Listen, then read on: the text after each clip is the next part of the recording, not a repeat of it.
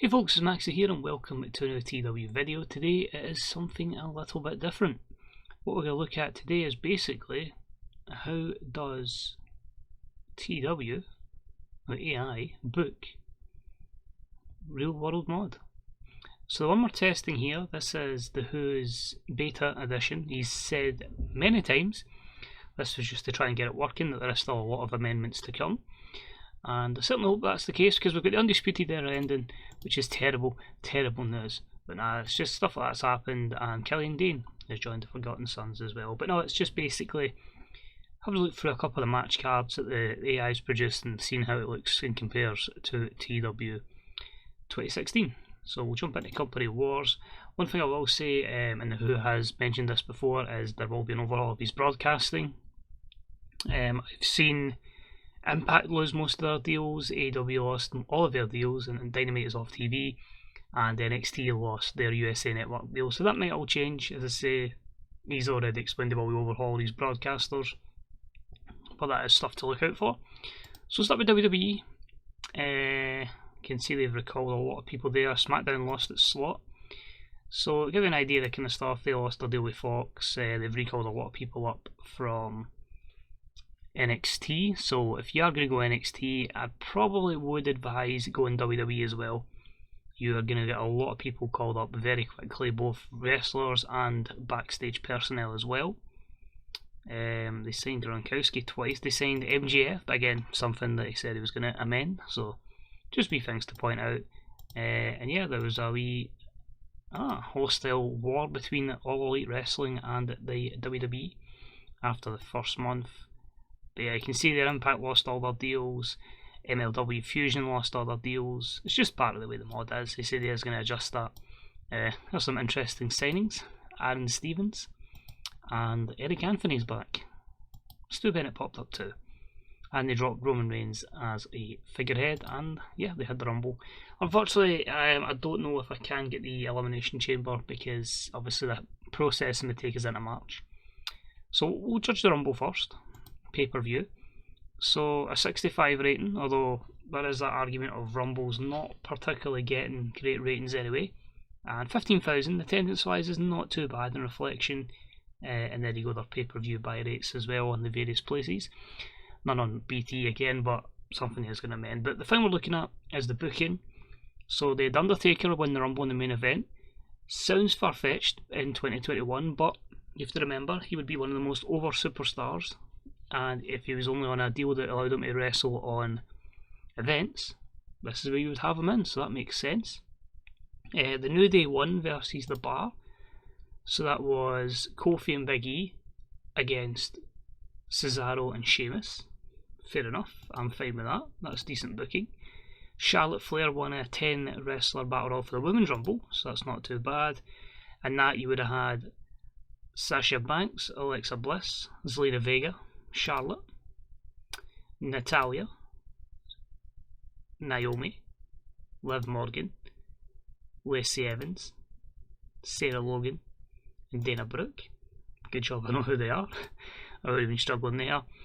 Bobby Roode versus Elias in there. Jeff Hardy and the Usos against the B Team and Ali.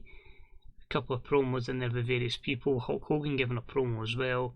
Enzo Amore versus Apollo Crews. The Revival versus Heavy Machinery. Mojo Rawley versus Akira Tozawa. So a bit better, and quite a few pre-show matches as well. Overall, fairly believable for an event, that's fair enough. I want to jump into it if we just go to show history. So SmackDown, I think that's a fair main event. Randy Orton, Seth Rollins and Drew McIntyre, triple threat, not too bad. AJ Styles and Finn Balor against Jack Gallagher and Elias, okay, maybe. Nakamura and Morrison and The Miz against Matt Riddle and Usos. Chuck Taylor and Bobby Roode against the Revival, so they'd obviously nabbed Chucky T. Sasha versus Naomi, they had the B Team against Dio Madden and Aleister Black. You also had Tamina versus Dana Brooke. So not a horrible main event. Getting the kind of wrestlers you would expect on there, that's fair enough, although Angles with Angle, Bryan and Stephanie on there. The Revival working again. Drake in action. Oh, I don't know how I feel about that, but again, I still feel, and especially this Roman Reigns and Wade Barrett against the New Day, Sarah Amato versus Becky Lynch, Kevin Owens against Jeff Hardy, the Bar and Ali against Gallows, Anderson and Andrade. It's a bit better booking, I'd say, especially compared to some of the crap you saw in last year's game, so I'm certainly more optimistic with that. But I say it'll take mods a wee bit of time before they are properly up and running as people expect. In terms of the title changes, WWE Champion's now Randy Orton. I think that one it changed was the US, Daniel Bryan won off Andrade, but most of it has remained the same. Street Profits are still the Raw Tag Team Champions, and their SmackDown Tag Champions, Miz and Morrison. Hey hey, ho ho. Had to be done, sorry. So that's what's happened in WWE. If we move over to, I'm just going to try the American companies. Obviously NXT lost an absolute barrel load of superstars in this situation. If they lost any title changes, Robert Stone became the NXT champion. Devlin's still the cruiserweight. Leo Rush is the North American vacant tag champions, because they obviously keep calling people up, and they've had a few changes there already. And Chelsea Green is your women's champion, obviously because of the situation with Charlotte Flair. So look at their show history. They've had 2 takeovers and a variety of tapings. Conveniently, since I watched this match last night, Charlotte Flair and Mia Yim was the main event. Criminal Justice, I think, is Leo Rush and Jack Gallagher against Kushida and Alex Shelley. You had Santana Garrett against Candice LeRae, Raquel Gonzalez, Sarah Stock. The Wild Breed defeated The Redemption. Who's this? Hartley Jackson and D.A. Brewer, who are referees, I'm sure, against Kevin Cross and Damien O'Connor, aka Killian Dane. So some that are a bit kind of iffy, but it's again not horrible. Takeovers I really want to judge. Robert Stone, Adam Cole, and better ratings. The 61 shows not too bad considering it's a very strict product and they don't have the greatest overness in this. Flair against Candice, Leo Rush defeats Tyler Breeze and Killian Dane, Chelsea via Mia. It's quite a decent one. And then you've got your more ready talents to develop, the likes of your Mansoors, Bronson Reeds, Cal Bloom. We all know WWE's high on him. So yeah, fairly decent. And then the first one, a couple of title matches. So it's interesting. Some good booking, some iffy booking, certainly a lot more matches that you would get in a normal takeover, but still quite cool to see that kind of thing. And last but not least, we'll look at, of course, All Elite Wrestling, who obviously are no longer on television, so their show history is, they're still going to have AEW Dark. So they had Bash at the Beach in their first one, which had Matt Hardy versus Mike Posse in a cage match, which kind of flopped. Then a Circle against the Young Bucks. They had Paige and Omega against The Addiction. Joe Janela and the Rhodes Brothers against Sean Spears and, I'm not going to pronounce that, we'll just say Angelico and Jack Evans. That's definitely MI. Good. Oh, that wasn't even like a bit overlap the line. There we go.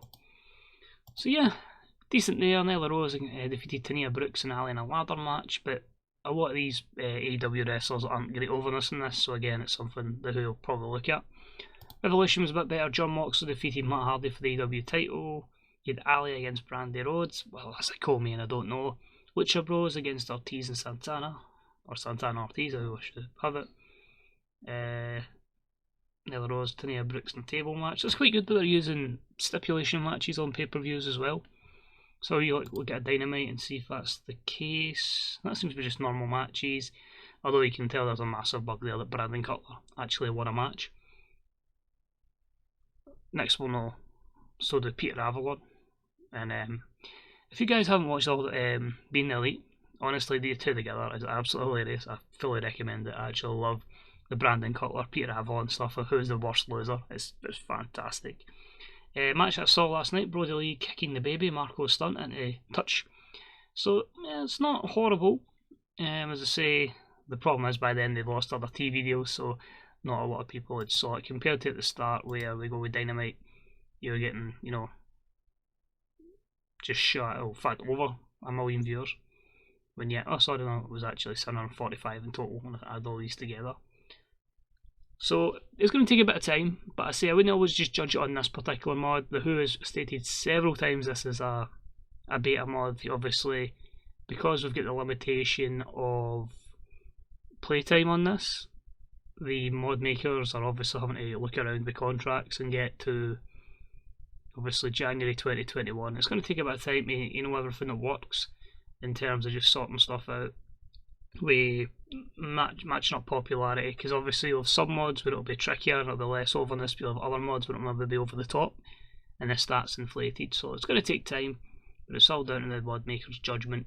And I'm quite happy to use the Who stuff when it does become available, but we will keep an eye out and see what it is in the mod situation. As far as series that are going to start, it's still hard to say.